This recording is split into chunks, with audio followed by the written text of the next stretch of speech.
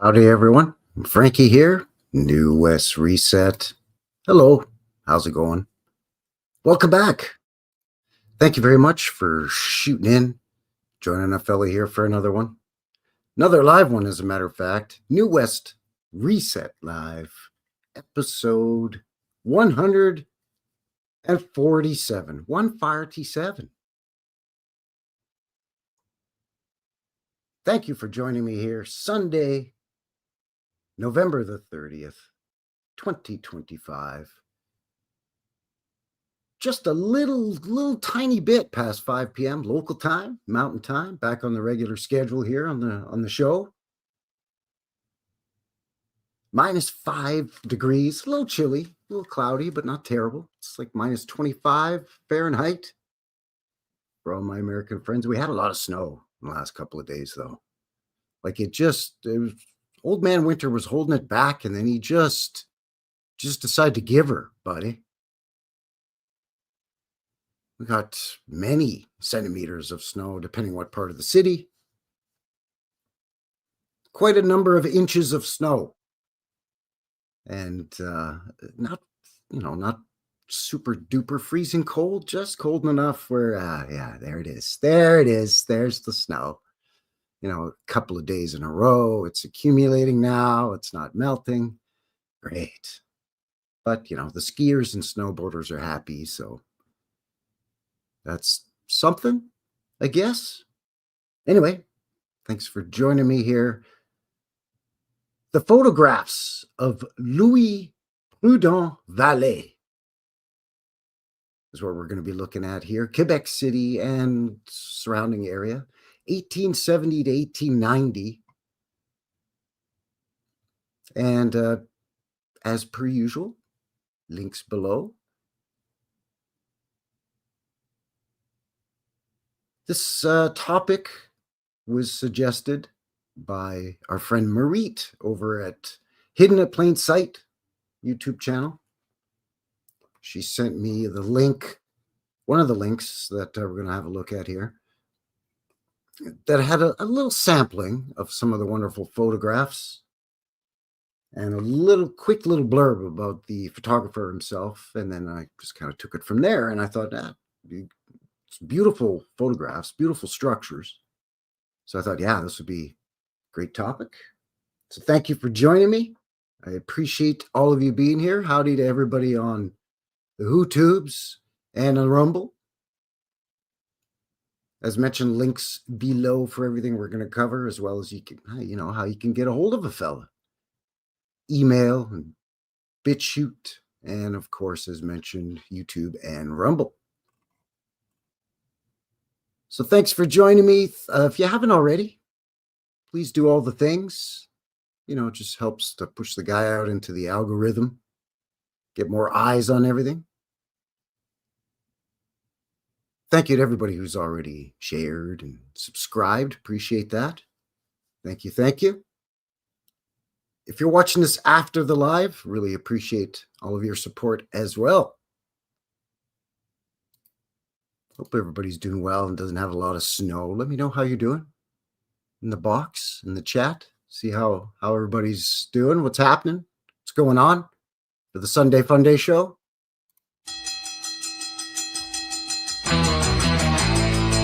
Woo! Woo!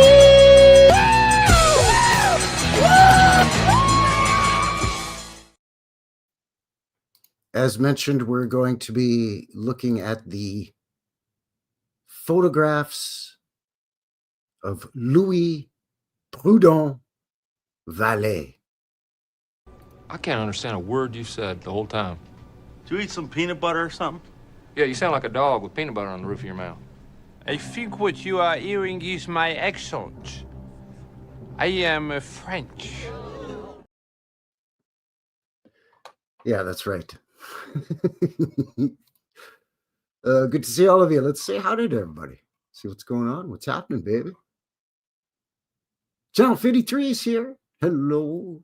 Howdy, howdy. Welcome. Kathy Broughton in the box.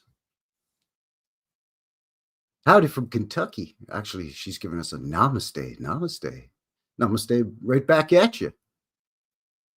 Good to see you. Water the tree. That's Ross down in Kansas City, Missouri. Howdy, Ross. How you doing? Hippie Shake is here. Good to see you, Hippie. Baha. Hello, Baha. Howdy, howdy. How you doing? Good to see all of you. Thanks for winding down your weekend here. I think that's just about everybody that we've got here. I think. Yeah, pretty much. Oh, wait a second.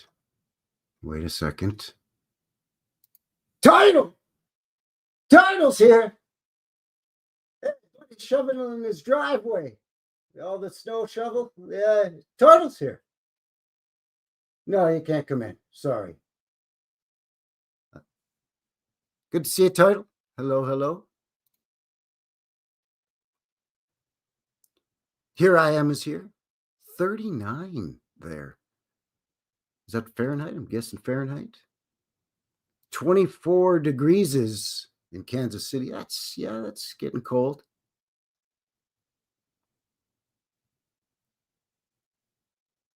It's getting chilly for sure. Don't like it, but it's going to happen. It's winter. Could be worse. Paul Thaddeus in the box. Over on that there green fighting platform, Rumble. Good to see you. Thanks for shooting in there, bud. As mentioned, links below for BitChute, Rumble.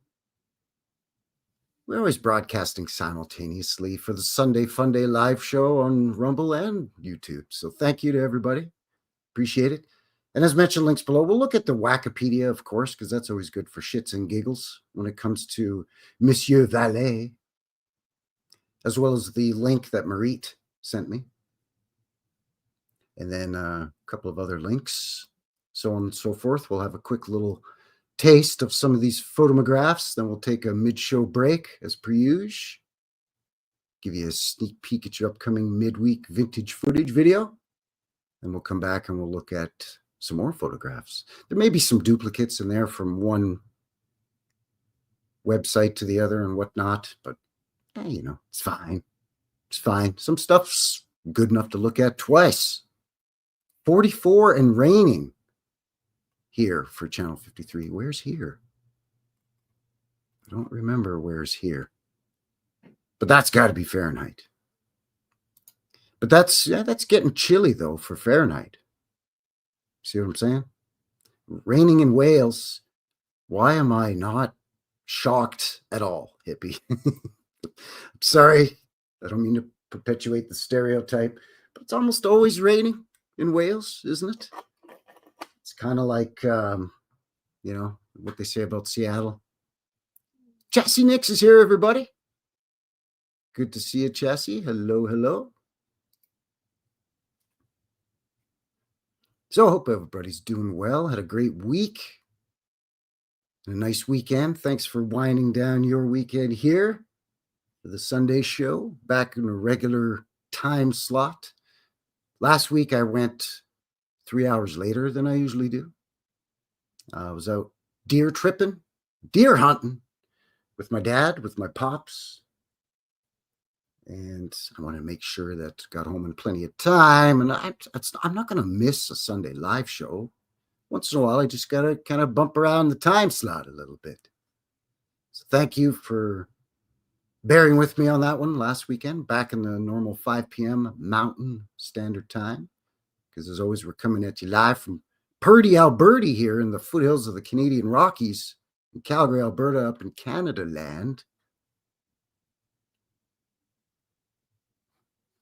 Without further ado, let's get this dumpster fire started here with a look at Louis-Prudent Vallée,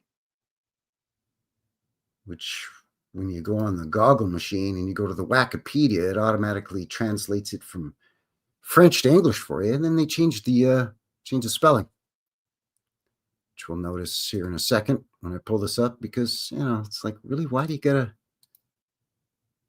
change the spelling on the guy's name? Why you gotta do that?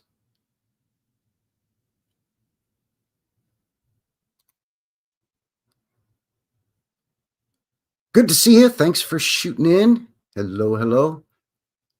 Ryoko? Ryoko. I'm butchering that. I'm sorry. I'm just a naive Canadian, eh? So again, links below. Why Wikipedia? You know, as mentioned, it's good for shits and giggles. You always find goofy stuff in the official narrative. And this is what most people do if they even would care to know about this photographer. They're going to go to the, you know, to the goggle machine on the interwebs, and they're going to look it up. And then this is going to be one of the first sources that's going to pop up anyway, right? So Louis-Prudent Vallée, you can see here they spell it the French way, French-Canadian way. He's born November 6th, 1837 in Quebec City, Quebec. And he passed December 22nd, 1905 in Quebec City. He's a Quebecer photographer. His period of photographic production mainly spans from 1867 to 1901. Oh, that's Canada Land's birthday. That's when we officially became Canada, the independent nation. Putting that in air quotes, you know. That's Canada's version of 1776. Anyway. So the biography here says he's the son of Prudent Vallée, master carpenter. Ooh. And Henriette Cazot. His father was a municipal councillor from 1853 to 1858. How do you go from being a carpenter to being a politician? It's fine. Doesn't matter. Did it all the time in the Victorian era.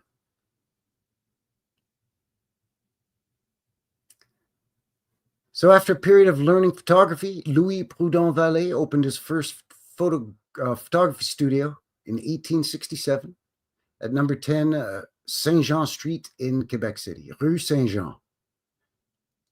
St. John Street in Quebec. There you go. In which he was associated during the first year with François Xavier Labelle. He married Elizabeth McAvoy November 16th, 1870 in Quebec City. The couple had 6 children. Vallée was a member of the Canadian Institute of Quebec. It's a nonprofit cultural organization. Okay. But he became treasurer in 1873 and vice president in 1878. If it's nonprofit, then why do they need a treasurer? I don't know. It's fine. Vallée's extensive photographic output includes portraits as well as landscapes, notably of Quebec City, La Malbaie, the Saguenay region,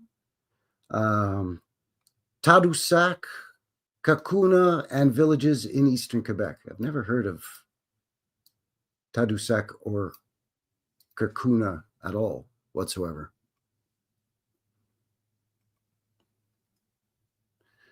Around 1880, he acquired the photographic collection of George William Ellison and Company, which he marketed along with his own works.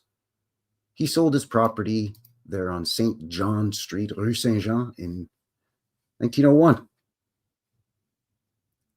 So he was a photographer, but he bought up the collection of another photographer and sold both in his photographic shop and studio. Okay. All right.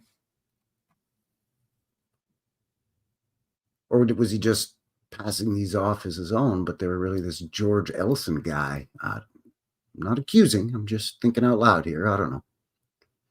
Several photographs by Louis-Prudent Vallée are preserved in the collections of the Bibliothèque et Archives Nationales du Québec, the National Quebec Archives, the library and archives, the National Library and Archives of Quebec, and the Musée National des Beaux-Arts du Québec, so the National Beaux-Arts Museum of Quebec. And that's it. That's all they got on this guy. Not much. Pretty scant.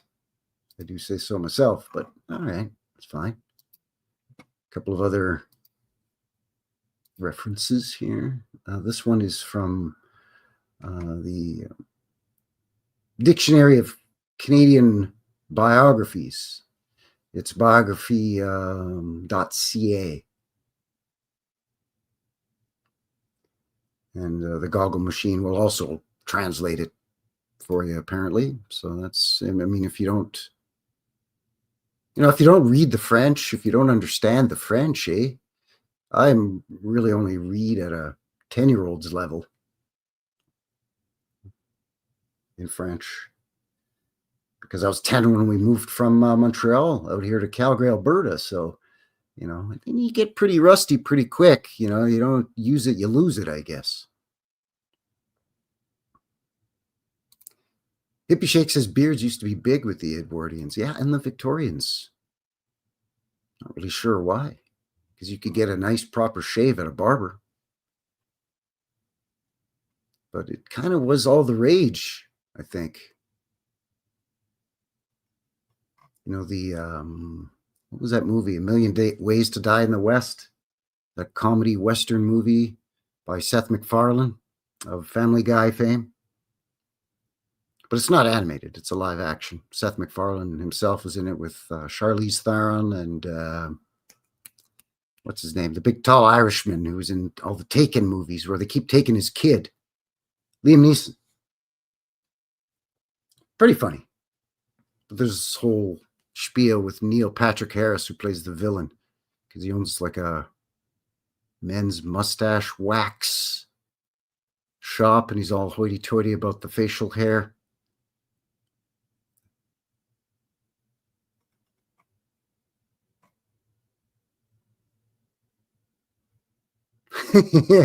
Channel 53 says the beards were popular before chicken wings got invented. Yeah, up there in Buffalo, New York. You know what I'm saying? Yeah, kind of. That's, if you have a narrow chin, or if you're pug ugly, or if you just want to, I don't know, move to a different city or town and have a different identity. Yeah, just grow yourself a big beard, mustache. So this Louis-Prudent Vallée, he was baptized Louis-François Charles Prudent, was a photographer born the 6th of November, 1837, in Saint-Roch Parish in Quebec. So not Quebec City itself. The eldest child of Prudent Vallée and Henriette Cazot. His first wife, Elizabeth McAvoy, 1843-1920, daughter of a prosperous Quebec tailor. They had 6 children. And she passed in 1905. Okay. Louis-Prudent Vallée belonged to a small group of photographic artists who were in the second half of the 19th century portrayed the city of Quebec. This is translated from French, so it's going to be a little wonky with the sentence structure and so on. Plus, I'm not the best orator. Along with Jules Isai Benoit and George William Ellison, he not only offered his highly artistic services as portraitist, but also cornered the market in tourist scenes of Quebec and the surrounding region at a time when the travel industry and vacation resorts in the St. Lawrence Valley were enjoying an initial burst of popularity. From 1867, when he opened his first studio, until 1900, visitors to the city or to riverside resorts in Charlevoix and Kamouraska took away with them calling cards, stereoscopic cards, and medium-sized and large photographs, all signed by Vallée.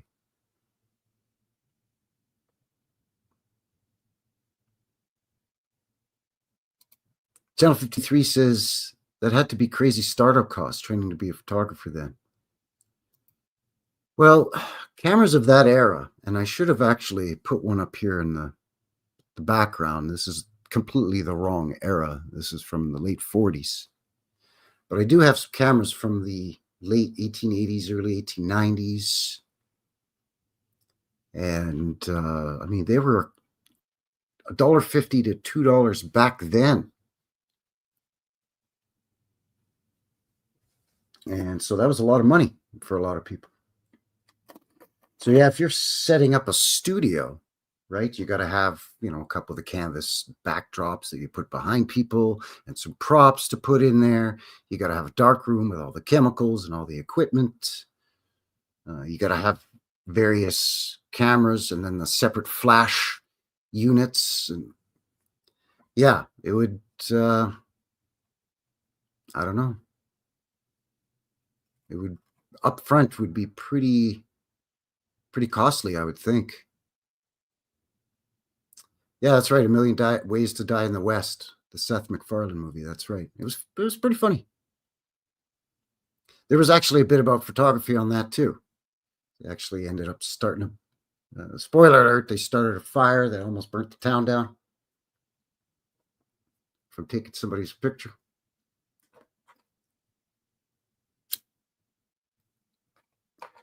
All right, so Vallée belonged to a family who engaged in small business in Quebec and were firmly entrenched in the social and economic life of the capital. Also, they are, when they say at Quebec, they're meaning Quebec City in the province of Quebec. His father, a carpenter, building contractor, and lumber merchant, was a city councillor. Yeah, got that. Okay. Involved in a network of caisse d'économie, economic issues, and local banks as shareholder and a director. He headed various charitable committees as well as pressure groups lobbying for certain railway lines. Yeah. His affluence and social commitment largely explained the careers and activities of some of his children. So, for example, his son Charles was named governor of the Montreal jail and modified the prison environment by introducing a rehabilitative approach. Okay. Arthur, after studying in Europe, became a doctor, professor of Laval, or University of Laval. Okay, yada, yada, yada. What else? There were 4 periods in Vallée's photographic career. The first, covering 1860s, was spent learning the trade and setting up his studio. Practice in drawing, a period of training in New York, and probably some time in the studio of Jules Issei Benoit, who had been in business since 1854. That's early on for photography or photographic related. I guess it was more drawing related, but it's photography adjacent. So we taught him the fundamentals of the art. Okay, the art of drawing. All right. In 1867, Vallée opened a studio in partnership with Labelle, yeah, St. Jean Street, where they both specialized in scenes of Quebec. A year later, he took over the business himself. Get out of here, Monsieur Labelle.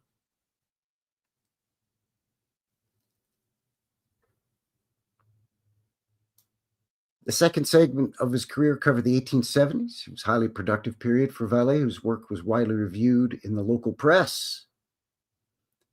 Well, yeah, because you had family members that were, shall we say, held a lot of sway in the city. So, of course, he's going to get some good local press. After his marriage, he had moved with his wife to St. Jean Street. They would spend their lives at various addresses on Major Thoroughfare, mostly at numbers 39 to 43. Oh, so just move a couple doors down, eh? In 1882, they incorporated into their property the shop of woodcarver Louis Jobin. Many fashionable people came to have their photographs taken, and Vallée was in stiff competition with his neighbors, the Louis-Prudent family. Around 1878, he published a catalog of photographic reviews of Quebec and vicinities, which included nearly 200 titles of views he had taken of the historic capital, as well as some 60 of riverside scenes in all of those areas and villages. All right, so he's really putting it out there. Michelangelo in the box. Howdy. Good to see you. Oh, yeah. Yeah, it is beautiful. Scenery-wise, it is. I mean, some of the big cities, they have their good and bad sections, just like any other big city, I guess. But some cities are cleaner than others. But some are much more historically and architecturally intriguing, like, Quebec City, which we're talking about here, right? Montreal. Eastern regions, at least by what we're told, are much older. There's a lot more eye candy out there, a lot more gravy, if you get what I'm driving at.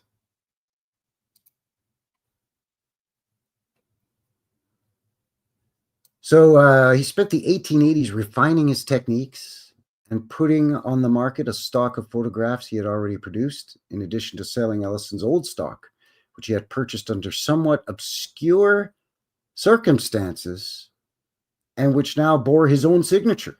You see, I was kind of half, sort of, kind of, maybe half joking when we were looking at the Wikipedia, and I said, what, was he just passing this guy's work off as his own? There it is. I guess there it is. Between 1890 and 1905, the last period in Vallée's career, he worked at a slower pace. Jules Ernest Livernois, who had moved back into luxurious premises nearby, was doing a thriving business as a photographer and monopolizing the trade.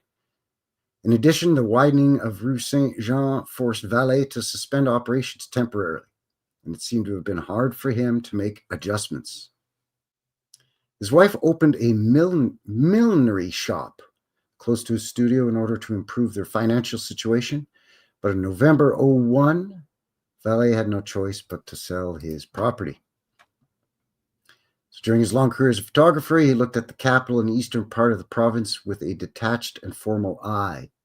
His works are categorized by a highly classical conception of the photographic image. They depict Quebec before British troops left in 1871 and after the military installations of the fortified city were demolished at a time of unprecedented urban development. They constitute an exceptional record of the place and are of artistic interest as well. So it's too bad it's after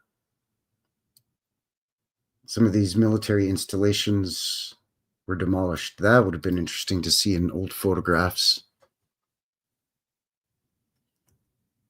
Of course, the city, as any other major city, has seen its fair share of alterations before and since that time frame anyway, so it's no big surprise.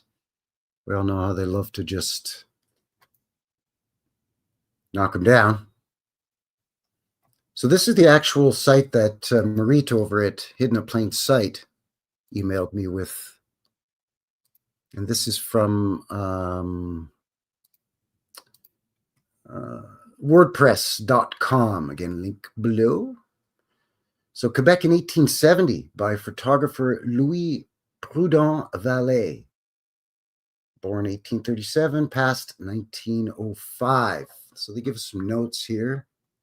I'm sure it's all pretty much what we've already read. Let's see if there's any discrepancies that jump out. It doesn't seem so.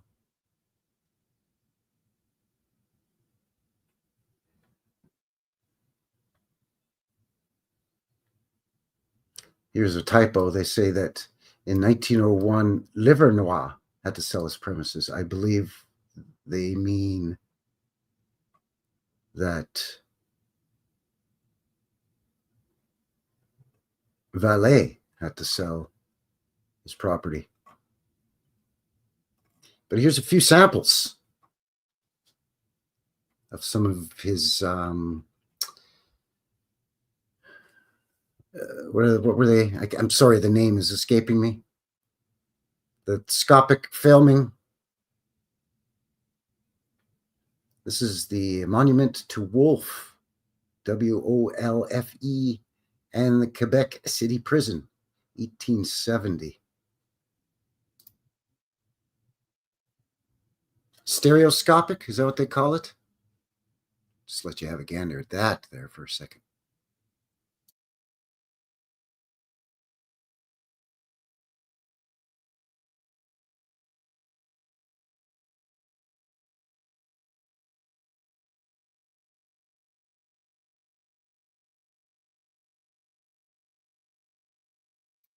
It's pretty nice. Pretty nice. Oh, it's letting me toggle, actually. Okay, nice. Good. Here we go. So Wolfe, WOLFE, British military. He was like, I don't know, a general or something. You know the routine. I think a lot of times they find some of this stuff and then they just reclaim it. And then they say, yeah, they put a plaque on it. Yeah, General Wolfe, who fought in the Battle of blah, blah, blah, blah, the, Plains of Abraham, the Quebec City, or whatever. This is Old Quebec District, Hotel Dieu. It's basically a religious hostel and hospital. 1870.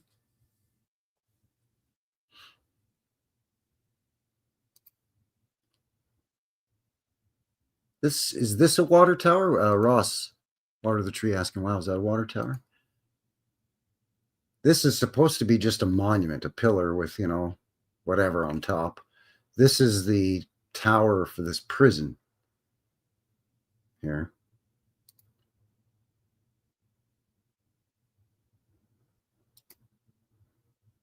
Oh, I guess I shouldn't be complaining about the snow we got here the last couple of days, eh?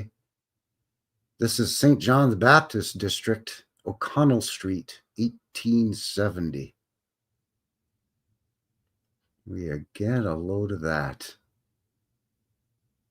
Wow. There's the top of your doorway. So there's already about a foot of snow here that they're standing on. They've just had to pile it up in the middle, I reckon, to get into both of this is ridiculous. Now you can imagine if this is mud instead of snow. And well, just leave it at that. That photo doesn't look real. Let me tell you, this snow, this does happen. This does happen. You know what I should dig up is, I'd have to get it from my mama and daddy from their house, but some old photo albums. I know my dad has a photo album tucked away somewhere at their house where he's got a picture of a huge dump of snow like this in their driveway back on his old farm where he lived as a kid, my grandparents' old farm. And it was easier just to dig a hole through this, what was essentially a 8-foot high snowdrift that was 5 or 6 feet thick. It was easier just to dig a hole or a tunnel through it to drive the car through rather than removing the whole thing. And the snow was that deep. Now, mind you, it was a snow drift, and this you can see they've piled it. But this was probably already super deep, and they've had to pile it up. Oh, man. Anyway, there's a photo of my granddaddy's car parked in this hole that they dug in this thing. And he's standing in front of it with a big grin on his face. One of these days, I'll dig out some of those photo albums and I'll, I don't know, I'll scan the photos or something. So this again, in old Quebec, the old city, so old Quebec district, Desjardins Street or Garden Street. This is the Jesuit College. Yes. The Jesuits have a very, very heavy presence in Eastern Canada, especially in French Canada.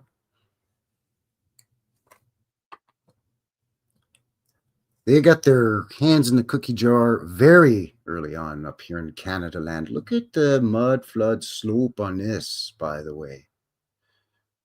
Windows here, no problem. They get smaller and smaller, but then on this side, yeah, no windows. And then these windows become doors down here. Give me a break. It's like they just cobblestoned over the mud and said, that's good enough, man. Bon, c'est bon, monsieur. C'est tout. Again, in old Quebec, the old city, this is the University of Laval. This photo's from 1880. Will you look at this beauty? Look at it. Here I am in the box. It says my brother has our family photos from the 1800s. Excellent. In the 1800s. It's a heavy book. All the photos are on silver plates. Yeah, the glass plates, the silver plates. Yeah. Well, sometimes they're printed on plates, metal or silver plates, but then later on they used the chemical process to print them on glass plates and then eventually paper, right?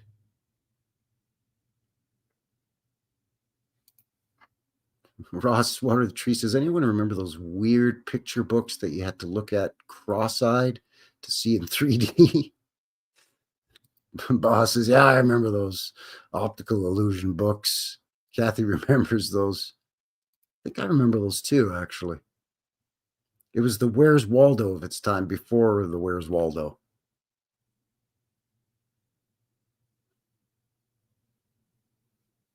Hippie Shake says, someone once told me to go cross-eyed looking at these photos, and you'll see it in 3D. I just tried it. It doesn't really seem to work. But let's just say I'm wearing my reading glasses, so I don't have terrible eyesight, but when I'm in front of the monitor or reading, I gotta wear my reading glasses. Kimosabi is in the box. Howdy, Kimosabi, good to see you. Hello. Yeah, Magic Eye pics. That's right. You gotta let your eyes go blurry, but also gotta focus at the same time. So this is the Customs House in Old Quebec, 1870. Again, this is just a small sample. We'll be looking at some more photos, and most of them will not be the stereoscopic version. But built right on the water, because that's how you do that. That's super easy. I mean, it makes sense, the narrative, I guess, that it's the Customs House. Any ship pulling into port, if they've got something that's got to go through customs, well, there it is right there. But we're going to make it all Greco-Roman looking with pillars and domes and columns, and we'll do some nice gingerbreading around the windows too, just for fun, just because we got all the time and money in the world here in dusty old early Quebec.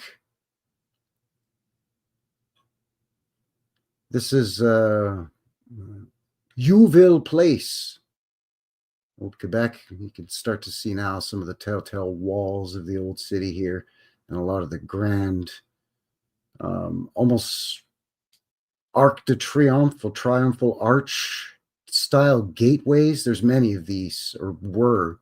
There's not so many anymore, but there were many of these grand entranceways through many parts of the old walled city.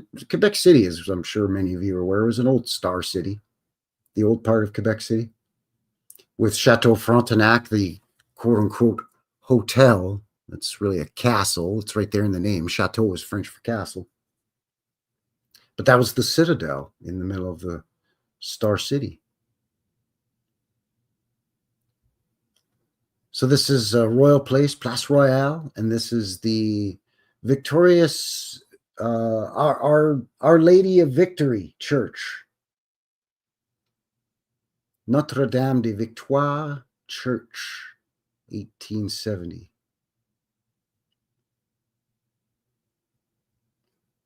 Odin's Raven in the box. Howdy. Good to see you. Thanks for shooting in there, eh? Thanks to all of you for joining me here once again. New West Reset Live. We're looking at the photographs of Louis-Prudent, Vallée. So now I can't understand a word you said the whole time. Did you eat some peanut butter or something? Yeah, you sound like a dog with peanut butter on the roof of your mouth. I think what you are hearing is my accent. I am French. I love how everybody groans after he says he's French. They're all like, no. This is a tiny photo. Too bad. Charlesburg. Chateau Bigot. The Bigot Castle. Bigot Castle. Really? That's really the name of this place? That's crazy! Anyway, Chateau Bigot in Charlesburg, east of Quebec City. Not much left. Looks like a couple of stone walls and a couple of chimneys, maybe. And that's that. Okay. Another tiny one. Too bad. Hotel and bridge at Montmorency Falls. I've never heard of that place. 1870. Beautiful dormers on this. Kind of a curve to the pitch of that roof, because that's easy when you're, in carpentry. I guess that's so the Canadian snow and ice can slide right off there, bud. Nope, that doesn't happen. You still got to get up there and take it off. This is the famous breakneck staircase. This is on Little Champlain Street, Rue du Petit Champlain, 1870. Back when there were still wooden stairs. Look at all this beautiful wrought iron lights and store frontages, all this stone and all this fancy carve work, but we're just going to build these crappy 4x6 or 2x6 wooden stairs. Because, yeah, we saw all the snow Quebec gets. And I ain't kidding you. I've seen it. I'm from there originally. These wooden stairs ain't going to last you but 3 to 5 years, and then you're going to have to replace them all from all that ice and snow all the time. Yeah, and that too. Open risers. Yeah, right here. Never see that anymore. So, yeah, they do a half-assed job building these rickety wooden steps.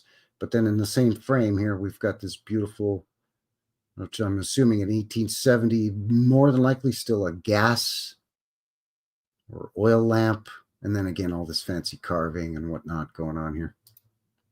The juxtaposition of it always makes me chuckle. So this is the Quebec Parliament building in the Saint John the Baptist district. Look at this beauty. The mansard style roofing on these, well, on the center tower and then each corner tower. And then this looks curved here to me as well. Again, because that's super easy to do with masonry. But then all around it is just crud. Like, what's the deal with all of this? Just, a half-beaten path to get to the place, even though it's the Parliament building. Maybe everybody's coming in on the side here. I don't know. Massive, though. Massive. If this was in a downtown, this would take up an entire city block. Beautiful, because you got to have your portals and all kinds of tech on it too. Why not?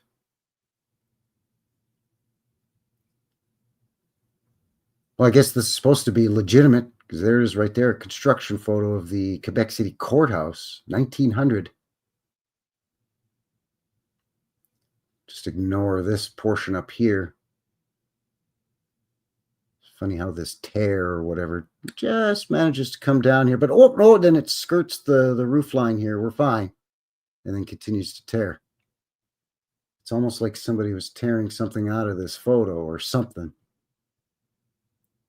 I love how a lot of these old construction photos too are just, we're done. Go ahead and take a picture. We just got to hoist up a few roofing tiles and put in some final touches, some windows and doors and doorknobs, and we're done. It's either a hole in the ground or a 90% finish with a couple of hoists building. Almost every time.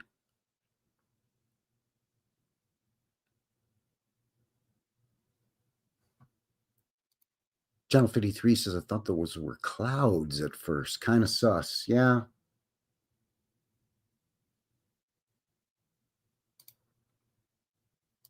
It's not even one of his older photos. Corner of St. Louis and Desjardins Street, Old Quebec City. So in the corner of St. Louis and Garden Street.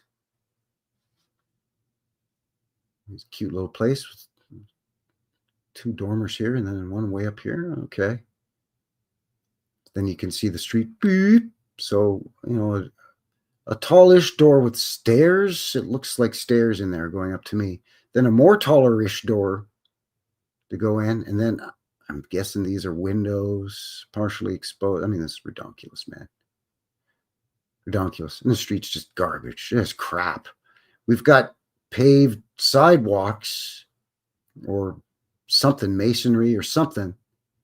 But then the roads is just crap. Roads are crap. Buildings are stone. Can't put some of that stone down here? No, we ain't got that far yet. All right. Or sorry. Non, monsieur. Nous sommes pas finis. We are not finished, shall you say. Here's the post office. Whee! Imagine how fun that is in the Quebec winter with all that ice and snow. A beauty, though. And again, you're going to put your entrance on the corner, which I love, but then we're going to do that curved for you. And we're going to do all these dormers with the pediments that are curved on them instead of just, a triangular like we normally see. Big, huge arched windows here with the transoms. This is lovely, but this is goofy. I mean, again, you got a door here that's, let's call this 9 feet. And then over here is another door, same building. You got to go up some steps now to get in it. And it's still taller than 9 feet. Yeah, it's goofy as hell. And then whatever's going on here and here.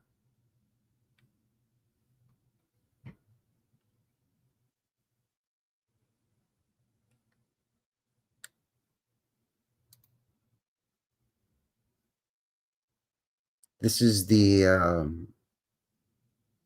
Quebec Basilica of the Notre Dame Cathedral. How much you want to bet dollars to Good Canadian Donuts that at one time this had some kind of glorious embellishment, shall we call it, whether it be some kind of spire or tower or whatever on it. And at some point it's been lopped off and monkeyed with. And again, at least they got cobblestone streets now by the looks of it. But the sloping is just...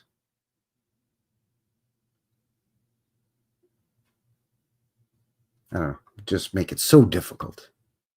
Logistically, I mean, yeah, the railroad's here by now, but long since the smaller railroads could bring in all the supplies, but building on this kind of a slope and having to take into account that the pressure on this side of the building from the existing land wanting to push into the lower sections of the building is going to be different than on this side. If you just level it flat and build out a perfectly square or rectangular but even foundation that's the same depth all the way down and your land is even and at the same plane, then you don't have to worry about, well, the numbers here are different than the numbers on this side because of the, you know what I'm saying? Here's that photo of the Wolf Monument back at the beginning. All right, where are we at here? Coming up on the hour. Did I have one more? I think I had one more.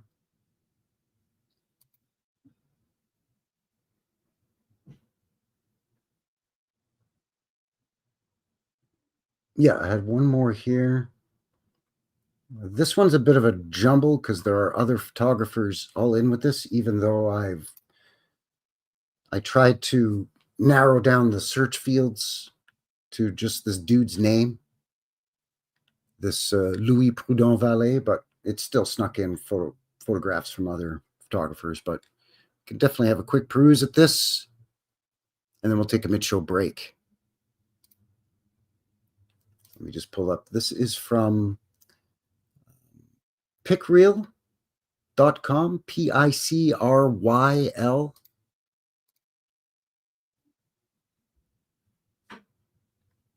So let's find some here from our buddy. This is one of them, I believe.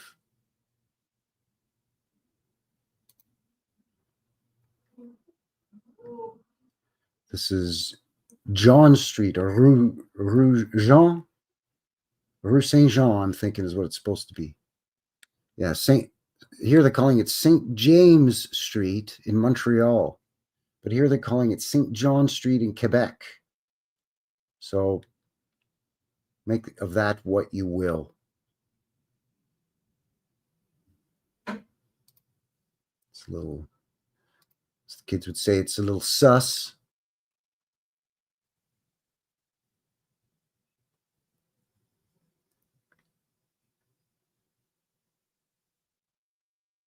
I think this is another one here. Yeah, Vallée. So this is a parade, Saint Jean de Baptiste Day, which is a national, or which is a holiday in Quebec. It's a French Canadian holiday. This is 1880.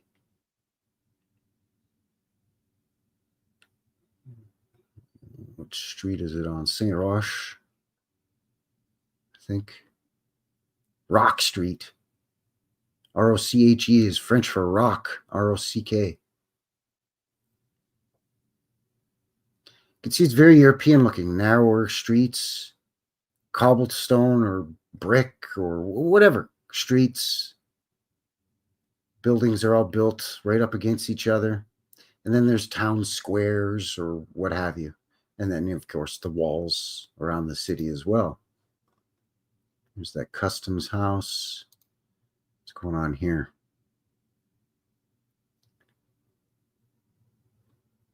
Duffin Street Terrace. Look at this. First of all, you got some huge obelisk here. Okay. And you got a big wall here and then cannons here. Let's get the kids out playing in front of the cannons. That's fine. It's perfectly fine. It's not a problem whatsoever.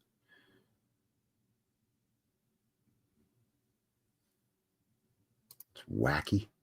Very wacky. What else we got here? Oh, here we go. St. John's Gate.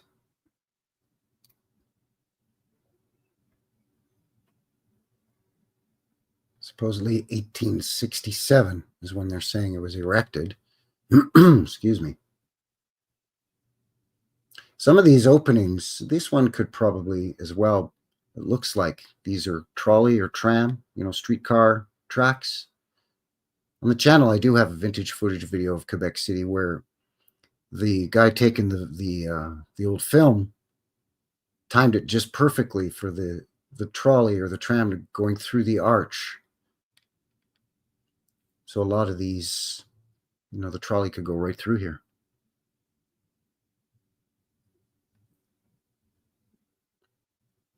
But you can see it's a different kind of masonry or stone work or whatever than the original, much more ancient stone. Well, too picoulated if I zoom in too much, but this looking much more ancient to me, and a different type of stone. This looking more like the schmutz that they smear over stone, and then they actually just trace in a pattern. It's just a fake facade on it. It's probably old stone underneath it.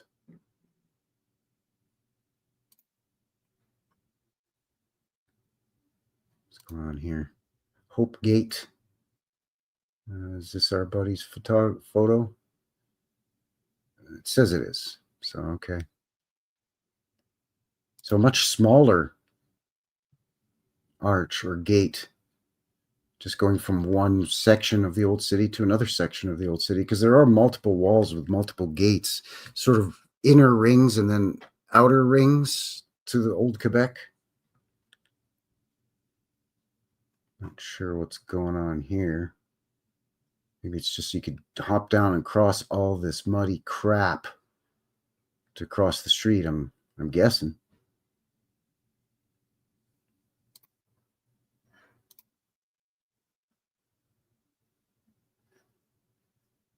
Let's see what else we've got here. More snow. Here's another different angle. 1872. Quebec Street, winter 1872. Oh, it's tiny though. So just to be able to get in here, they've had to shovel out both sides and pile it up. And it was already deep, so it just piles it up deeper. Look at this butte in the background, by the way. Lovely. You see how deep the snow is on the roof here, too. Roof.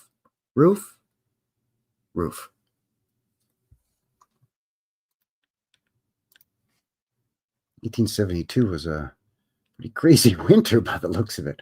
Wowee!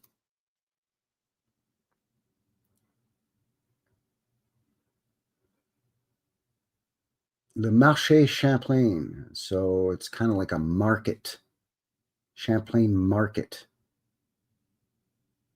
It says 1870s. So it's 1870s-ish. And it's Monsieur Vallée. Cool. Let's have a look at this. This image failed to load. Terrific. All right, so much for that nonsense. Oh, here's a nice shot of the city walls. Calling it Dufferin Terrace. Look at this.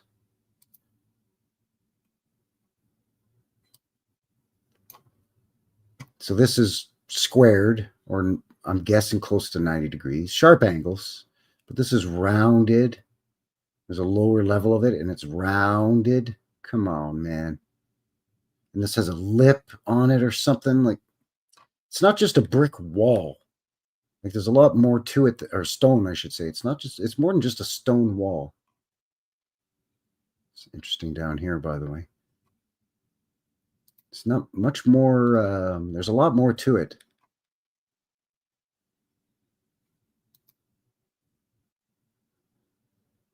This is Martello Tower.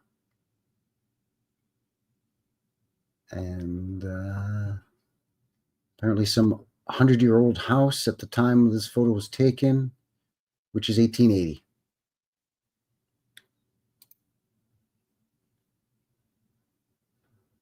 Look at this. What do you suppose this originally was supposed to be? I'm just going to build my house next to it, my garden shed.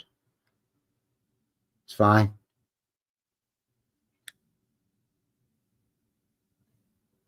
Like a grain silo, a munitions outpost, a buried taller tower. Who knows?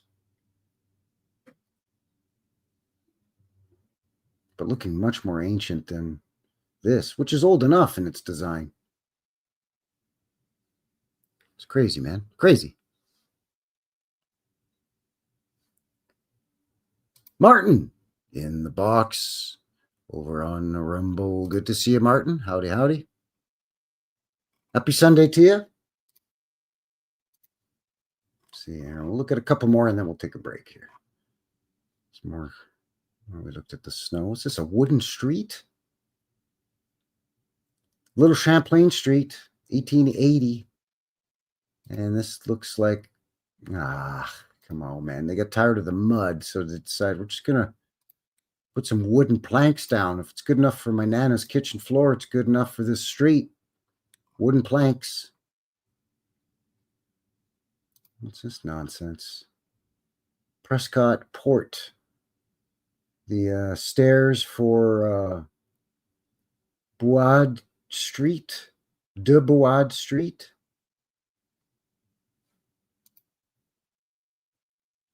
Look at this shenanigans here. First of all, hello, little conical dome, spire peeking out way back here. Got some bull crap going on here. What is this? This here and little yieldy ladder lean. You know, they had some crappy sign probably up on here. Chez Pierre's or some absolute garbage. Oh, shit! But look at these stairs. We're going to build stairs coming from down here, up here. Then we're going to build some stairs from down around over here, coming up here. And then here's a door. Here's a door. Here's doors that used to be windows, but or windows that used to be doors, but because we built stairs, now they can't be doors no more.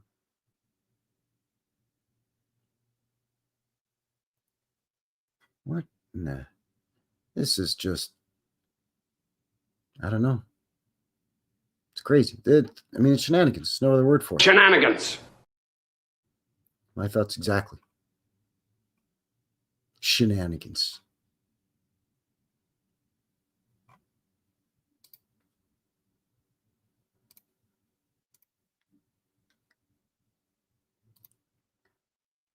That's crazy looking stuff, man. Crazy. What else we got here?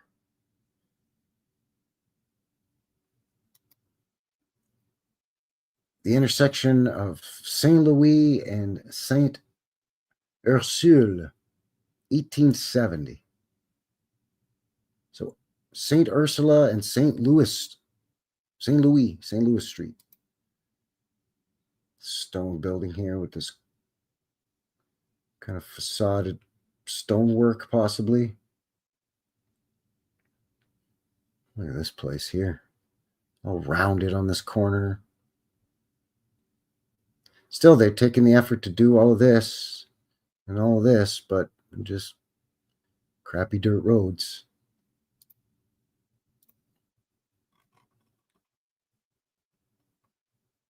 Again, links below for this if you want to check out this place specifically. Here's an ice castle for the Carnival. It's a winter festival.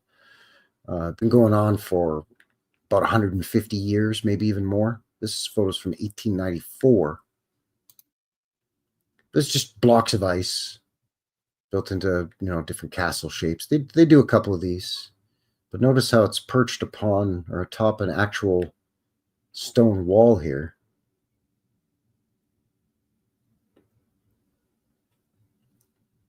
But this is pretty impressive.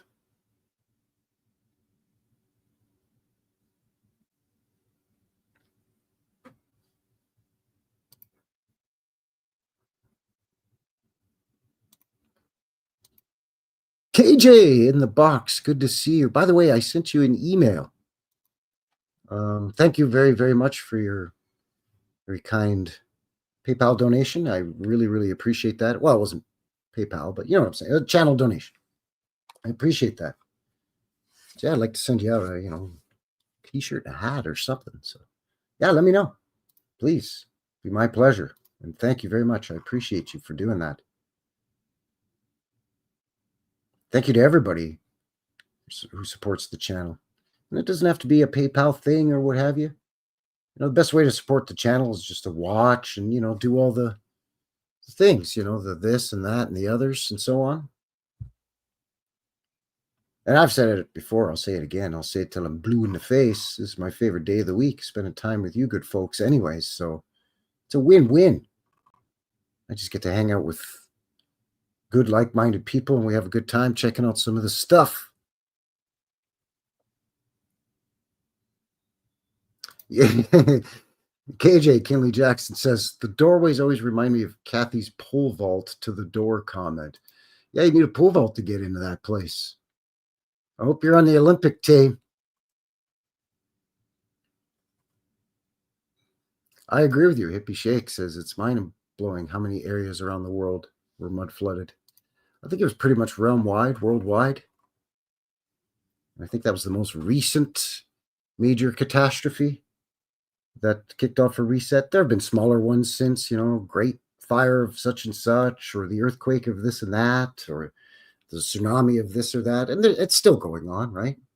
Look at all these crazy wildfires in California and over in Hawaii and other places. Remember down under in Australia land there, mate? Crikey, that was a bad one down there. Anyway, we're just past the hour. What do you say we take a quick mid-show break and give you a sneak peek at your upcoming midweek? Then we'll come back and we'll have a look at some more photographs. So if you're new to the channel, first of all, welcome.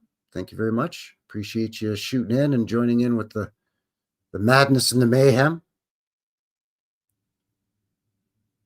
But also as a reminder for anybody who's been with me a while here, every Sunday we have the live show. On Wednesday, I put up what's called vintage footage, old-timey video, usually set to music. I try to keep it Canadian if and where I can. And that goes up Wednesday. And then Friday, boots on the ground video. So every Sunday for the live show, I always give you a sneak peek at the upcoming Wednesday vintage footage.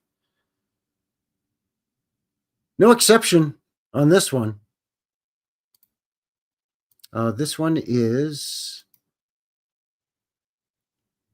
speaking of muddy roads and brick roads, this is Mud Streets Become Brick Roads. This is from 1920. This is from the East, but it's not from Eastern Canada. This is from eastern part of the Midwest. Sure. Chicago, 1920. Just over 3 minutes long. So enjoy. Stick around. I'll see you on the other side of 3 minutes. Be right back. Cheers.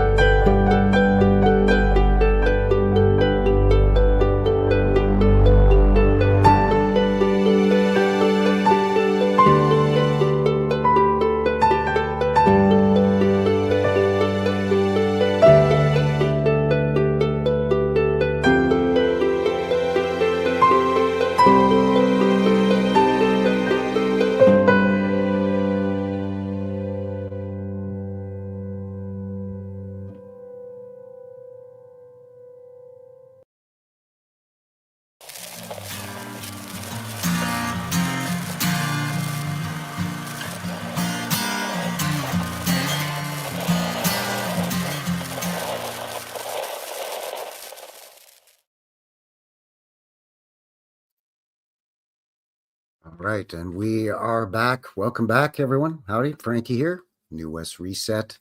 New West Reset live episode 147 here today. Sunday, November 30th, 2025. Just about a quarter past the hour, 6 p.m. local time, mountain time. As always, we're coming at you live from Calgary, Alberta, up in Canada land there, eh, buddy? Thank you for joining me here. Appreciate it.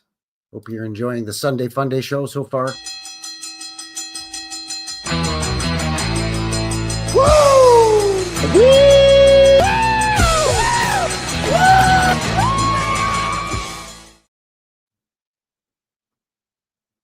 Hippie Shake is here. Got Kathy Broughton in the box as well. Wooden Chrome Rothrods is here. Good to see you. Good to see you, bud. Ross is here. Water the Tree. Baja and Channel 53. KJ is in the box. Good to see all of you. Thank you very much. Thanks for being here. Howdy to everybody on YouTube, on Rumble. And again, as a reminder, links for everything we've covered thus far, the Wikipedia, and a couple of nice little sample files of some photos. Dragon Sage in the box. Good to see you, bud. Thank you very much. Appreciate you tuning in.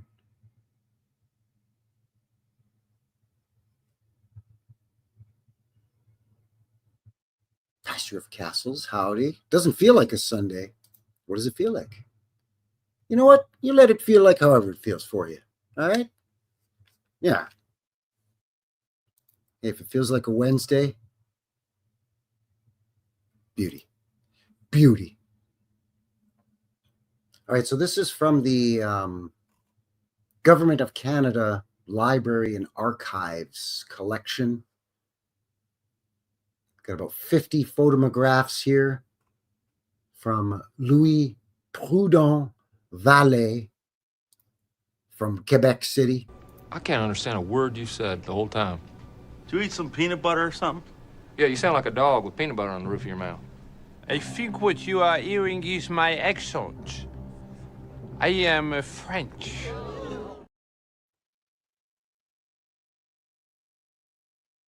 So some of these are going to be small. Some of them are going to be, we might see some damage on some of them like we did in some of the, photos from the top half of the show in that little sample. St. Louis Gate and city inside the walls. So yeah, here's the wall and there's the city inside. I think we did we see this? We may have seen this photo already. Yes, we did. Look how thick these walls are, by the way. And there's people here, so you can see how tall these walls. Now, some are partially buried and there's only a foot or two exposed, less than a meter exposed above the ground. But then others, they're 40, 50 feet high. Other sections. And then, it's just built this crappy wooden fence. So these people and these people, they're the same, are they? Okay, sure. Why not? Yeah, we saw this one already. The janky stairs. This looks like a shoe place. I'm just realizing these things sticking out here are shoes on display. So you have a shoemaker or a cobbler.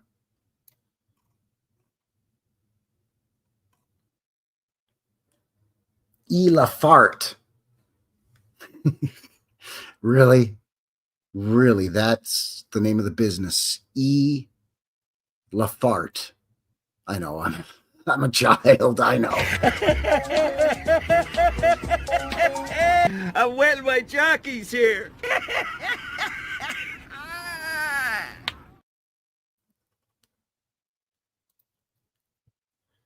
Lafart it is. Now here we get to see all kinds of different stuff going on with walls. So first of all, you've got some debris here, which could be a wall. You've There's your famous slope. Or the remnants of a wall, maybe. Or maybe this just fell off of this. Or this maybe is just a pile of bricks or rocks. I don't know. But here's a wall. And here's a different wall. And then here's another wall. And then here's another wall with a wall under it that's different. And then this wall, they decided to get fancy with it. So here's a different style of wall. And let's put some tech on it too while we're at it, I guess. Like, this is just a wacky photo to me, man. Lots going on here. Again, just crappy streets. Looks like we might have a stone sidewalk or maybe wood on top of stone. But all these are stone and or brick. They just haven't managed to figure out this yet. Or they haven't gotten around to... Maybe that's what these are piled up for. We're going to just put these down here, buddy. No problem, eh? Just put them down there.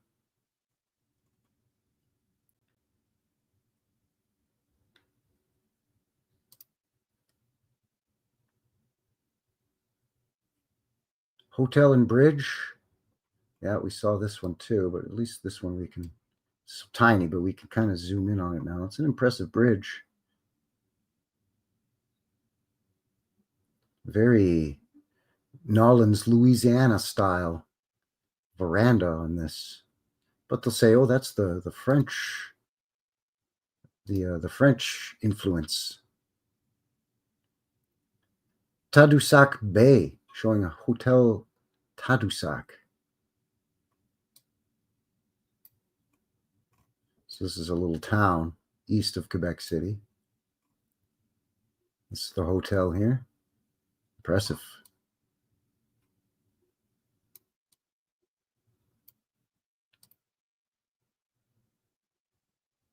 The Citadel of Quebec, Fort Quebec. Well, at least they're coming clean and calling it a fort and a citadel at this point. What the heck's going on here? I guess it's a wagon wheel business. I guess it's a wagon wheel business. Okay, sure. It's fine. But you see with the series of different walls, just walls upon walls. They got silly with it. They're lousy with walls.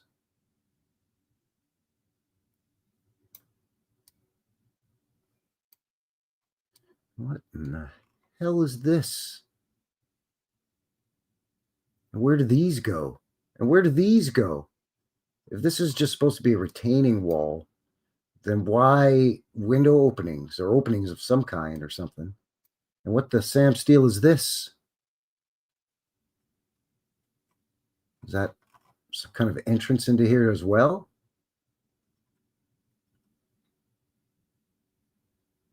Very interesting.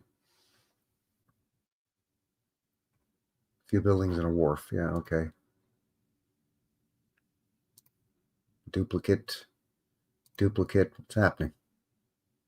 Duplicate. Cut it out. Cut it out.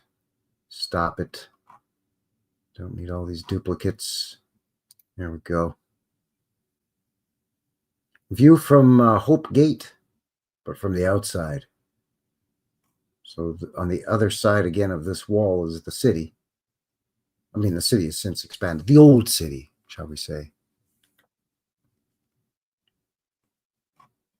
This kid or this guy just sitting out here. Now these are cobblestone-ish.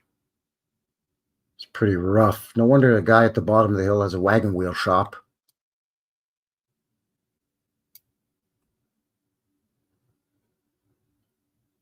This arch here.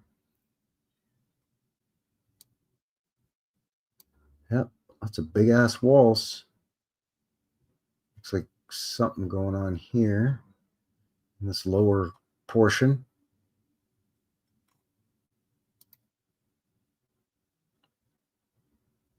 Sword of General Montgomery. Well, there it is. Why you need a sword when you have, pew-pew sticks at this point. Not to mention cannons. but sure, it's fine. General's got to have his sword, because it's easy when you're on horseback to have a sword. Seen that Hope Gate. Who's this guy? Portrait of a young man. Let's check out what this guy's rocking and wearing here. No beard for him.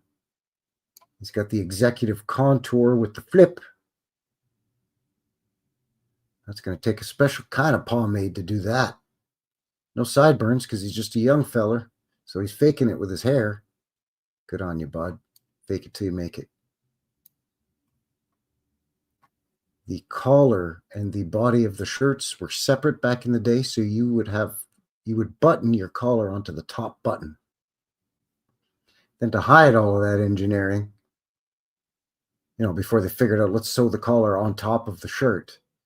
To hide all of that, then you would have an ascot or a cravat or a tie, a kerchief perhaps. It's a nice jacket though. Looks like it's maybe a twill. Buttons are covered in fabric. Those aren't cheap. It's nice. The portraits are always interesting. Maybe not quite as interesting as what's going on here, but Abraham Hill looking down. Yes, the plains of Abraham are at the top of the hill. Big battle there. British versus the French. The Americans, you lost. Sorry, Americans, you lost. That's what happens when you try to climb these walls in like November and December. It's not going to go too well.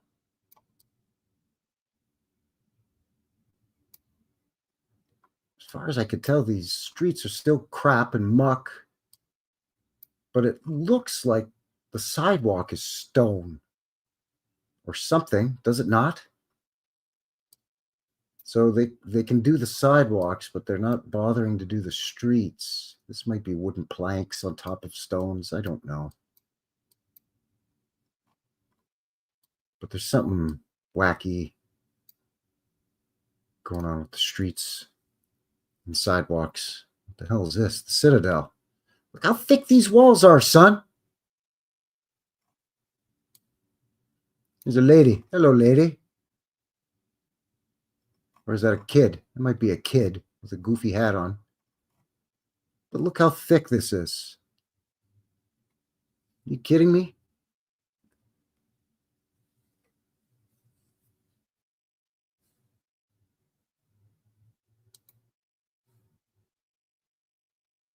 Here's the harbor. Of course, you got to have a wall there. And then, big stone buildings with portals in them and mansard roof. Look at all these beautiful tall ships. I love tall ships. Not as much as I love old trains, old steam locomotive trains. But the tall ships are pretty cool. A little bit of damage on this negative, or maybe it's the print itself. It's damaged, but it's a nice shot. We have some paddle boat. Yeah, we got some paddle boats here with the paddle on the side. Oh, whack of them. Probably CP Rails paddle boat division. I'm guessing maybe. Abraham Hill. Yeah, seen it. Seen that. Champlain Street. Well, you're going to fall and break your neck, Bob. Get in there. What is this? An S, a letter S, a number 5? What's happening here? What's this nonsense? You putting up a sign? Are you a marionette guy? Is it a puppet? I don't know. Sure got a lot of shoemakers, including, Lafarte. I guess people need to replace their shoes a lot because the streets were either mud or dirt or wood. So, I don't know.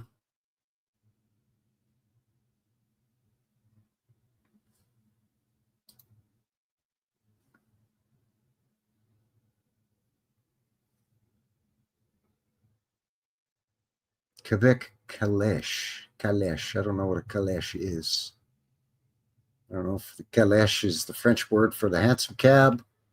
I don't know if it's the name of the building. I don't care. Because again, you see all this glory, big tall doors, transom window, some kind of stonework or something. Then you got the muck and the wood. Really? Come on now. And these, you're acting all highfalutin in front of this place. But meanwhile, you got all this nonsense here. So don't be so uppity there, you bearded fellers.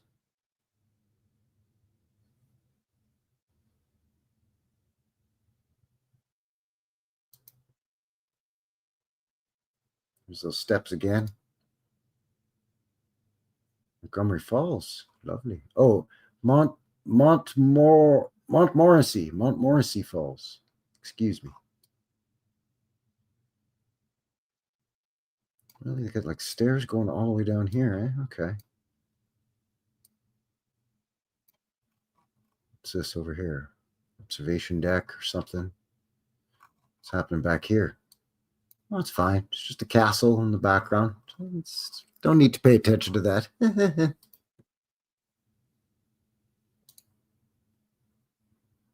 They like to repeat a lot of these.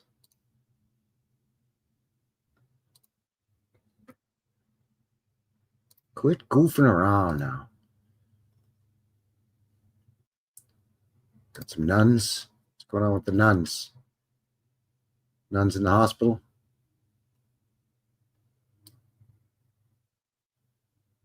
Looks like it's all children. It's like a children's hospital, maybe, or children's ward.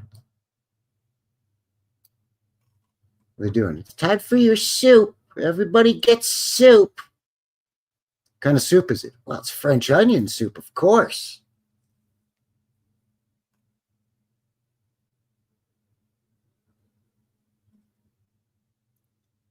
Wooden street again.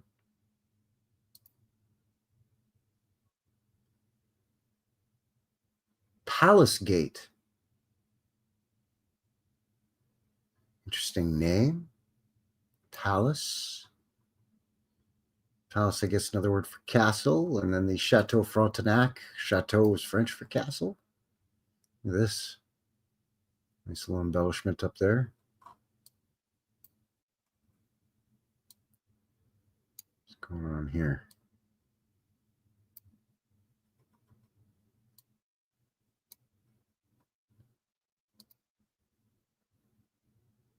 Oh, more snow for you, my friends. Ugh. This is not quite, but almost what's outside right now. It's maybe not quite this deep, although, again, this has been piled up here, but I'd say a good 8 inches of snow, 5 centimeters.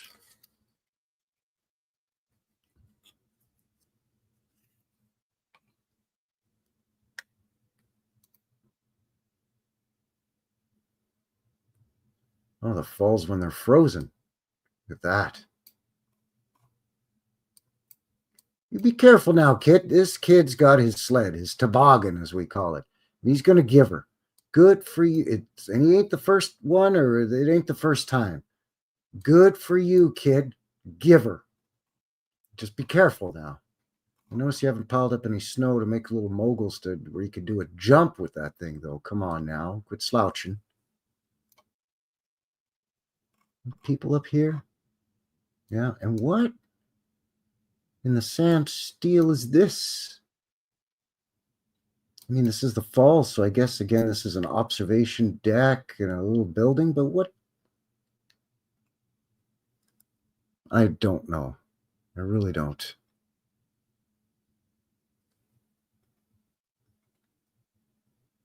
That's an impressive shot, and I'm impressed by these kids. Go for it. They're having a good time. That's what they're doing. You know what I'm saying? Everybody asks them, what are you doing? What are you doing up there? And they just answer, you know what I mean? All right, we're having a good time. that's all it takes. We're having a good time. I'm not sure why it keeps wanting to give me the same. They've just uploaded the same photo so many times. It's Hope Gate again. Okay, I've seen this one. Look at this in the background, though, now that we can zoom in a bit more. Looking like, I don't know, France or Bavaria or, I don't know, Brussels or Stuttgart or Liverpool. It looks European. Again, they'll say, oh, that is the French influence and the British influence. There's these paddle steamers. Beauty.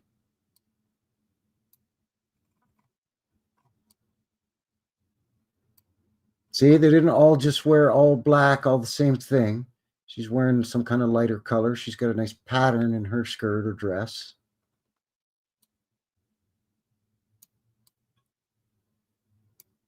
Quebec's the fashion capital of Canada, don't you know? Well, Montreal and Quebec. What's going on over here? Barrels of booze, maybe? Or something? There's a lot going on in that.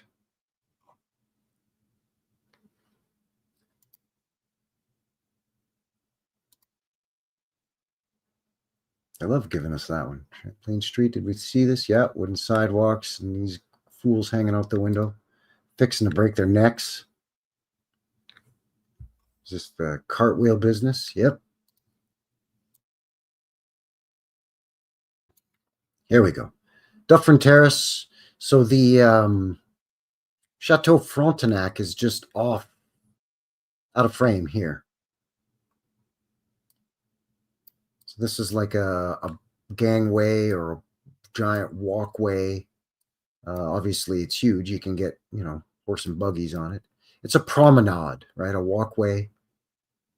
But it's built atop that big, massive wall. And then they've, made an observation deck out of it. And you've got the fancy light fixtures here. Nice little gazebos and observation decks. In the background here, look at this. All these steeples and towers in the back. All the text sticking up everywhere. It's crazy. What's going on here?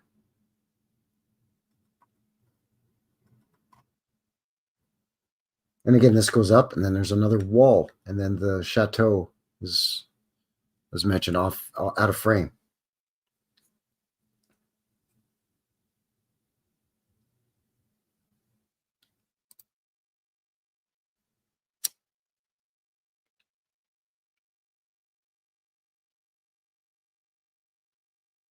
J. Hino's London Coffee House. I can't quite make that out. But looking very European. And then, this nonsense up here.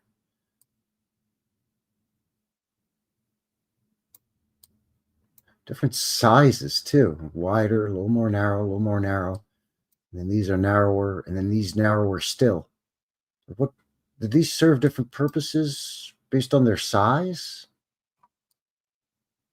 I don't even know. I can't even begin to guess. I'm just asking because like I said, I'm from the province of Quebec. I was born in Montreal. I've been to Quebec City a number of times in my life as a kid, but I have no answers for this. I'm just asking the questions. I have absolutely no idea. Let me ask you something. How come you asking so many jackassy questions?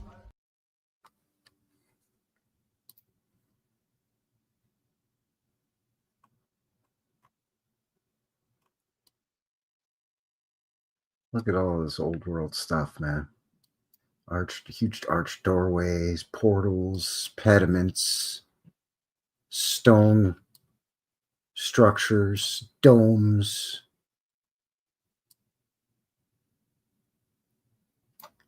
Tall ships back here just squashed together. Holy moly. Hub of activity going on here.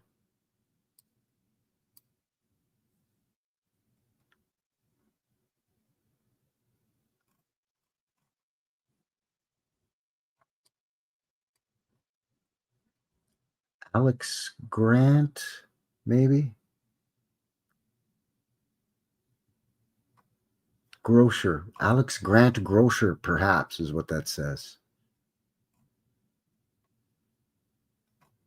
Wait a second. What's going on over here? Huh. Interesting as well. Very hard to make out, but it looks like an onion dome on top of a cupola.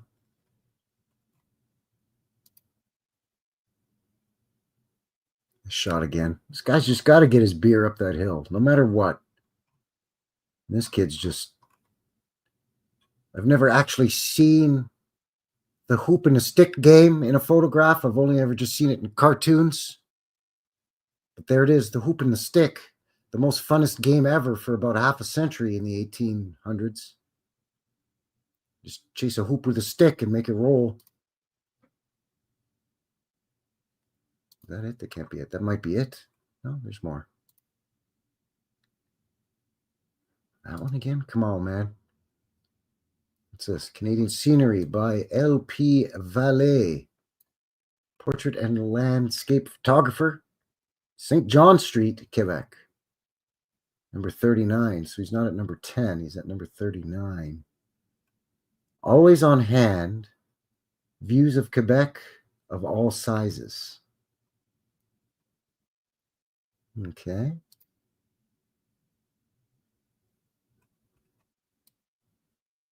What's this? Men with horses and carts on the beach. All right. Yeah, it's definitely men with horses and carts on a beach. I don't know what these are stacked up. Crates or something? No idea.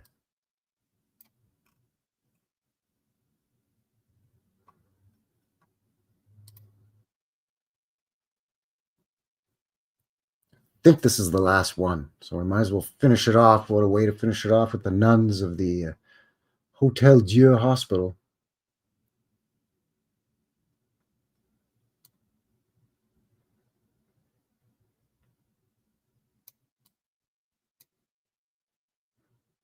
You know, the nuns are famous for being able to build wonderful structures with, arched windows and really super high ceilings and all of this carved wood and, made out of stone and brick. Excellent builders, the nuns were.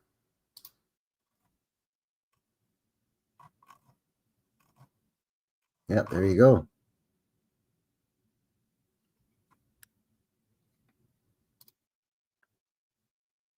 The photographs of Louis-Prudent Vallée. The most recent one we looked at here, 1870 to 1890. They did sneak in on the first half of the show. They did sneak in a couple from around 1900-ish, give or take. But howdy, Morgan. Isabella Live is in the box. Hoop and stick. No way. Yep, hoop and stick.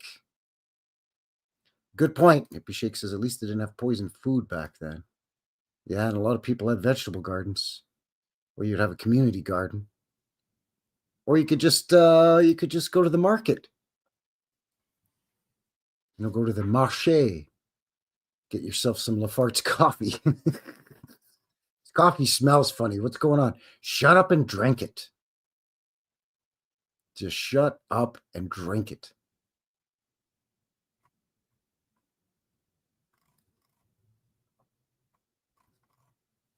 So where are we at here?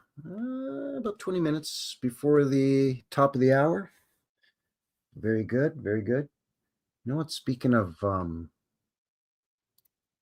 convents and so on, I'm going to share something that somebody else sent me recently.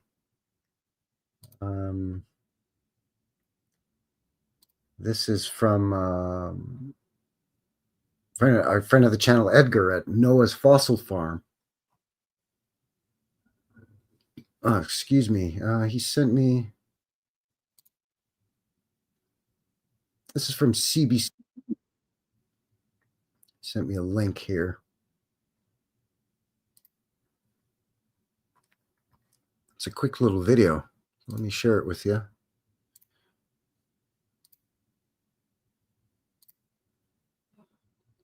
So this is in Gravelbourg, Saskatchewan. And yes, our favorite province to pronounce here on the show, Saskatchewan. Especially Saskatoon, Saskatchewan.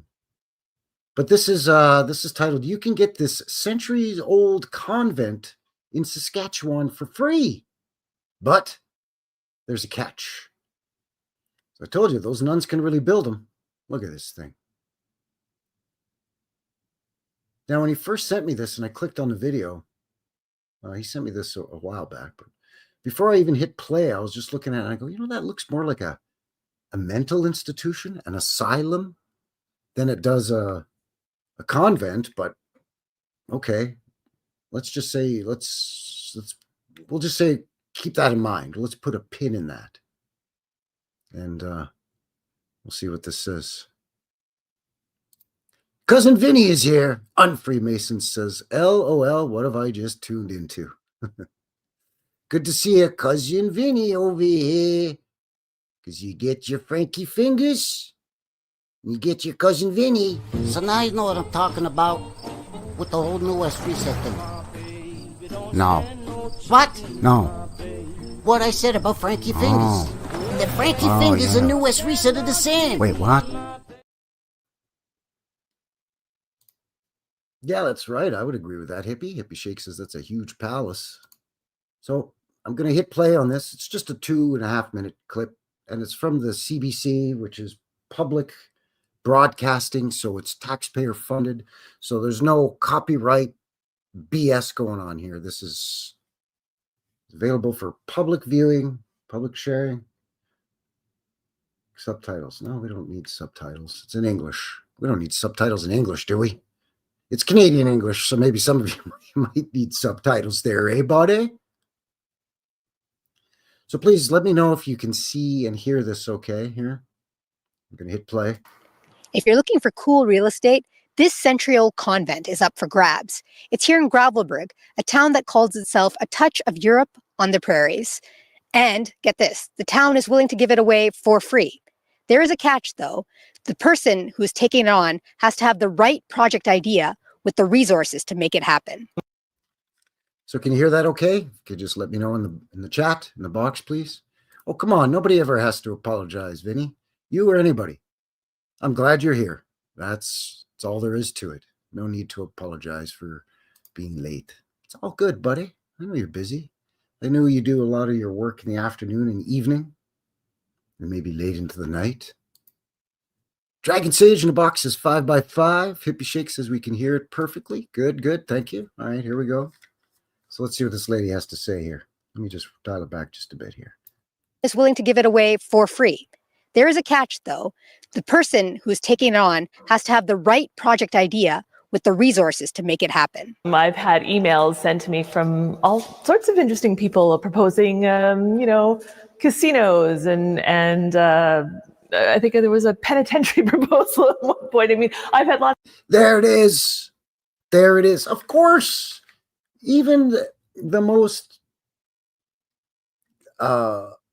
asleep, completely buying into the official history narrative can spot this and go, yeah, that looks like a penitentiary, man. It would be kind of a cool hotel casino, not like I'm much into going to casinos. There's quite a few around here, and I could kind of take it or leave it, really. I'll go to a good blues show at a casino. A lot of the blues artists that come up here, when Buddy Guy comes up from Chicago or something, he plays at the Grey Eagle Casino. I mean, that's fine, but I'm going to see the blues show and see one of the greatest of all time play that there guitar, that git fiddle, I'm not there to be feeding the slot machines. But yeah, doesn't it look like a penitentiary? Anyway, here we go. Lots of ideas. The building is somewhere around 90,000 square feet, so it's very large. It has 4 floors and a full basement. It is made out of clay bank brick. So people in Saskatchewan might be familiar with the clay bank brick factory. A lot of the buildings in I'm just going to dial it back as in the foreground here too, as they're panning with or flying their drone, I should say. Right here, look at this beauty right here in the foreground, eh? Look at that. And this house here too, by the way. recessed so far off the street and has the curved driveway. Come on, man. That's like an estate home there. Looks like a separate coach house in the back that they've converted into a garage, or a garage if you prefer. But this, the double towers with the domes. Metro might be familiar with the Claybank brick factory. A lot of the buildings in town have the same brick, so it gives us a nice consistent heritage look. It's massive. The convent was built in 1917, part of a drive to establish this town as a French capital in the West. I told you those nuns could really build these things. Just whacking them up, no problem. Completely self-sufficient. You see the smokestack here? So it probably had its own boiler system. It had its own self-contained, heating and boiler and electric generation and all of that. Here's a water tower, probably for the town, so they could just tap into that too. Why not? Capital in the West. It's also been used as a school, but it's been vacant for the last 9 years. How can a place this gorgeous stay empty, vacant for 9 years? It could be a college or university campus. Like some, there was a school here at one time. You could see they've got this room done up, or maybe it's always still been done up as a school. That's when the town took ownership, looking for the right person to give this building a new lease on life. And so we've come up with plans, what can we do? And in my eyes, this building could be the survival of this town. It has so much potential. Look at the inside of this thing. Come on now. This is such a great building. The location. So at the time, we looked into a senior complex. Now, this would be just fantastic, to have a senior complex here. The rooms are incredible. High ceilings, the hallways, for people with wheelchairs or, it's, and look at this, where we are right now, what an opportunity. It's just money. And we're talking a lot of money, millions of dollars just to restore and maintain the old building. So why is it going to cost millions of dollars to restore the thing? I mean, yeah, it was vacant for 9 years, but I mean, she looks like she's in nice shape. She's still a beauty. She doesn't look derelict or anything. You know what I mean? Yeah, I mean, you got some tall grass to take care of. I'm sure there's some issues with maybe the windows and some moisture getting in here. You can bet your bottom dollar that what they're calling the basement here has got problems with these really low windows, so moisture down in there. But I guess that's why they're saying, well, we'll give it away for free. But they don't dare knock it down, I guess. I guess the next headline on this thing is going to be if somebody doesn't scoop it up and look after it, that, it went down in a fire. Sorry about that, eh, buddy? She went right down in a fire right quick there. Sorry about that, eh? Dollars just to restore and maintain the old building. The town's biggest want now? A housing project. Because the thought of losing this is painful. Yeah, it's been with us nearly as long as the town itself. So it would be heartbreaking to lose it. We're doing what we can to be able to preserve it. All a person needs to do is submit their proposal to the town with their idea to preserve this piece of history. Jenny Whitfield, CBC News, Gravelbourg. Gravelbourg, Saskatchewan. So, hey, if you have any ideas, thanks again to a friend of the channel, Edgar, from Noah's Fossil Farm. I've got some other stuff to show you from Noah's Fossil Farm, but I'll save that for another show because that's probably going to show in and of itself, be a show in and of itself. But what did you think of that? Well, yeah, that's the thing, right? Is how many people lived in that town in the early 1900s. It's a tiny town even now. So who knows? Yeah, why don't they just seek funding from the archdiocese, right? Who knows? They're too tight-fisted, maybe. They're too tight-fisted. Yeah, maybe for folks in wheelchairs.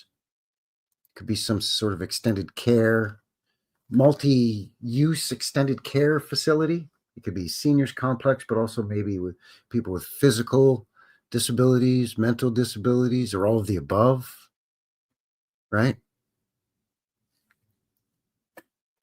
I don't know about a casino. I mean, who's going to drive way the hell out to this little town in Saskatchewan to go to a casino, right? Even if there is a hotel and a couple of restaurants and they make it into a resort with a spa so you can get done to get your nails did and all that. Get some Reiki Korean hot rock massage. Put some mud on your face and cucumber slices on your eyelids while they paint your toenails and you listen to some, I don't know, whale calls. I don't know what goes on in these places, man. Look at my nails. I ain't going into those places.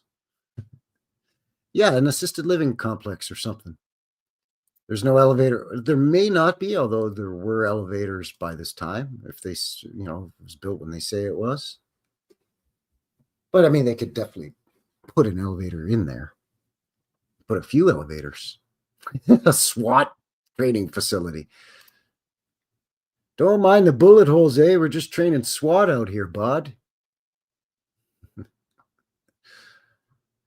So I think I'm getting ready to wind this thing down here. I'm going to go off the air in a few minutes. But before I do, once again, thank you very, very much for joining me here for the live show. And again, as a reminder, links for everything that we've covered in the show down below, as well as how you can get a hold of a fella. My location map is there too. Every place in Alberta that I've done boots on the ground.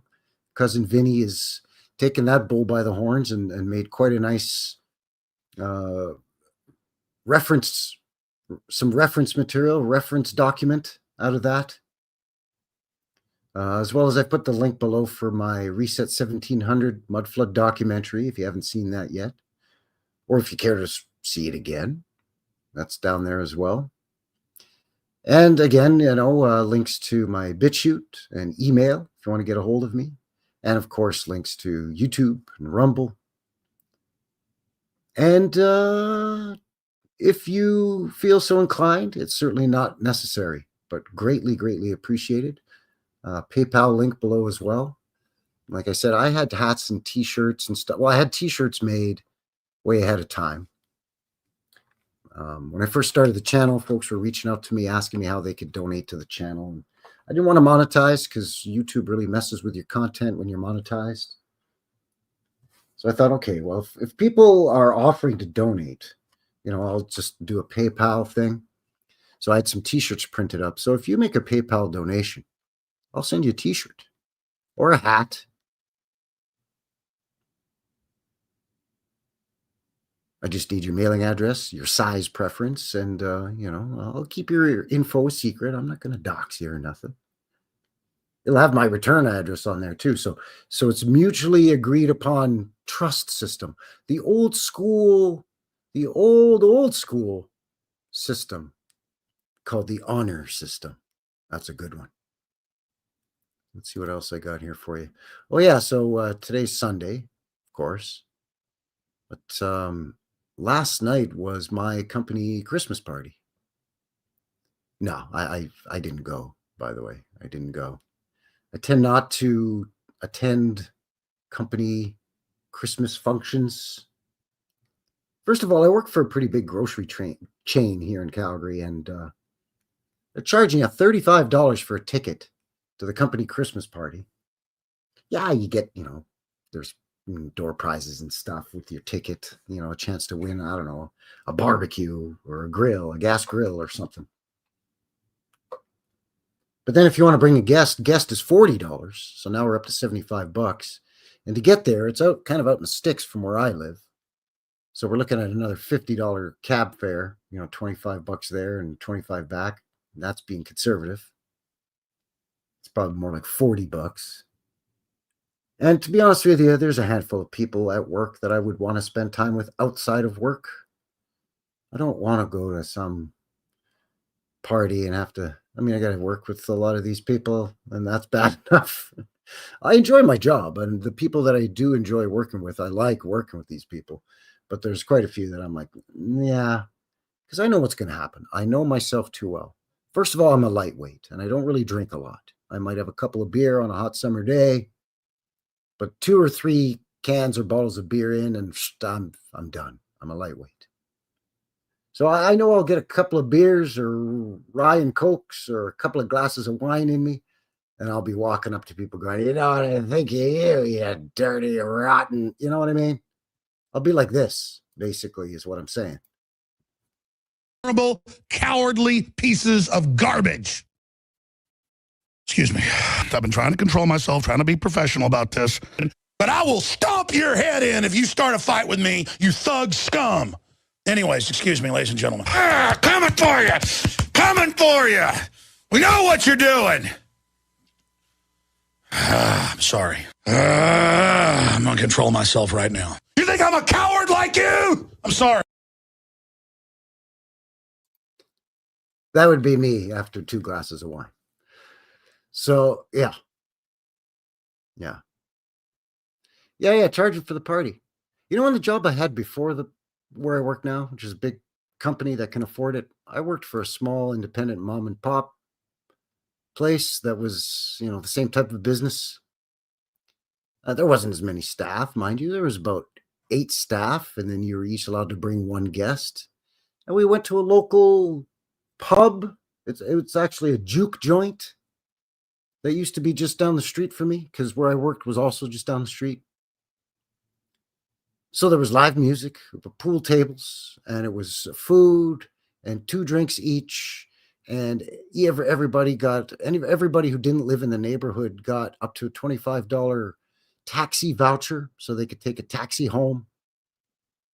And the boss paid for the whole thing: dinner, dessert, 2 drinks each, and the taxi vouchers if you needed one. I didn't need one, but a lot of people took a cab. I would say probably 20 of us all together, staff and our dates. Games of pool were paid for. You want to throw darts? Paid for. But yeah, big company. Yeah, Kenley Jackson says they're charging an employee to attend a Christmas party, which is a write-off for them. Yeah. From Lord of the Tree. Ross is like, what? Yeah, if it's free booze, it's a bargain. No matter how much you drink. Although I always recommend, everything in moderation. Don't go crazy now. Hippie Shake says, LOL, I can't imagine you like that, Frankie. Let's just say I can be very opinionated when I've, let loose. Maybe not quite to that extent, but, we're pretty close. Pretty close.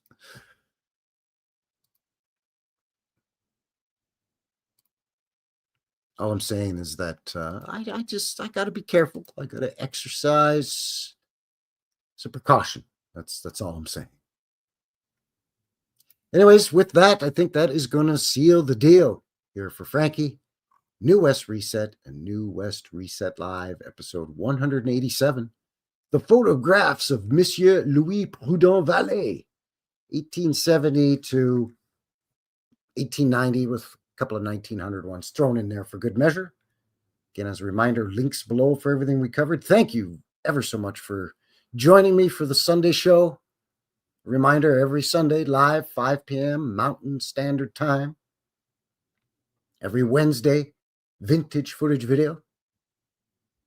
Every Friday, boots on the ground. So we'll see you back here next week for the live show. Thank you again. I hope everybody enjoyed your weekend. Have a great week. And until the next one, take care out there and have yourselves a good one. All right? Thanks, everyone. Cheers. It's a mystery. It's a mystery wrapped in a riddle inside an enigma.